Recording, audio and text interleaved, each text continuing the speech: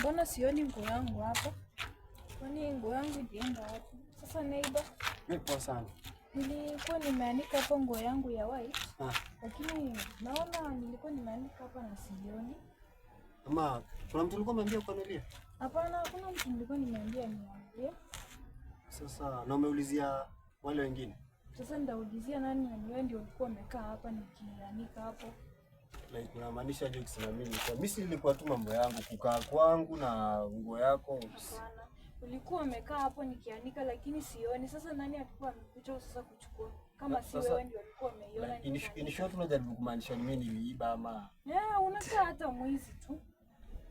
Like unaniita mwizi in short ama? Unakaa mwizi, maybe tu umechukua umepelekea bibi yako huko chini. Sasa bibi yangu, wewe kwanza umetoka huko, umekuja umenikuta hapa niko starehe yangu. Unakuja tu wewe niache bana, wewe acha zako. Hizi ni nini sasa hizi? Wewe tusikosiane heshima. Sikosiane heshima. Hizo heshima. Sasa mbona tunakoseana heshima? Sasa hii ni mambo gani? Mtu umekaa tu hivi, umekaa tu kwa zako tu. Mtu anakuja analeta mambo mingi hapa. Mambo ya wanawake hii.